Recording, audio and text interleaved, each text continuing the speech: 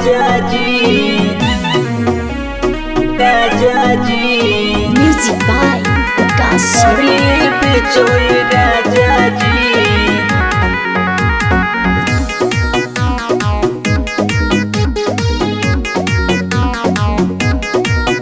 राजा कितना रुपया तू पावे लहो, साले साले घरे नहीं आवे लहो, साले घरे राजा नहीं आवे लहो। राजा कितना रुपया तू पावे लहो, साले साले घरे नहीं आवे लहो। जाए के दिल्ली बॉम्बे नहीं झरिए सोचोए राजा जी। रह के भोले बजरिए तरह करिए बेचोए राजा जी। रह के भोले बजरिए में तरह करिए बेचोए राजा जी, राजा जी, राजा जी।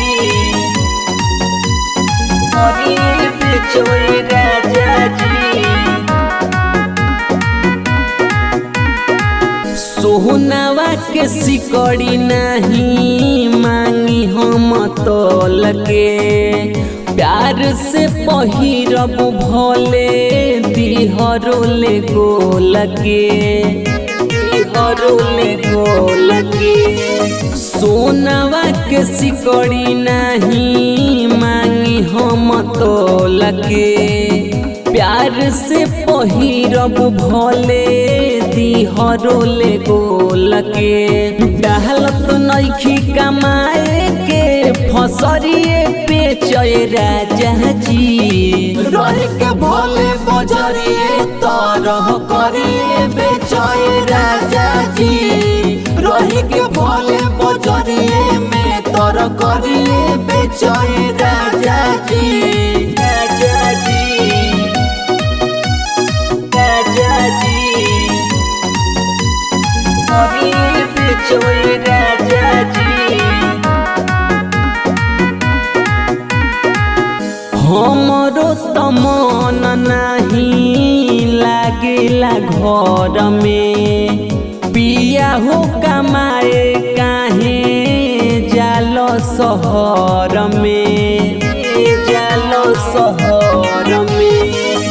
हमरो त मन नहीं लागेला घर में, पिया हो कमाए काहे जालो शहर में। चाहनी मनोज राहुल जनी लकीरिए खेचोए राजा जी।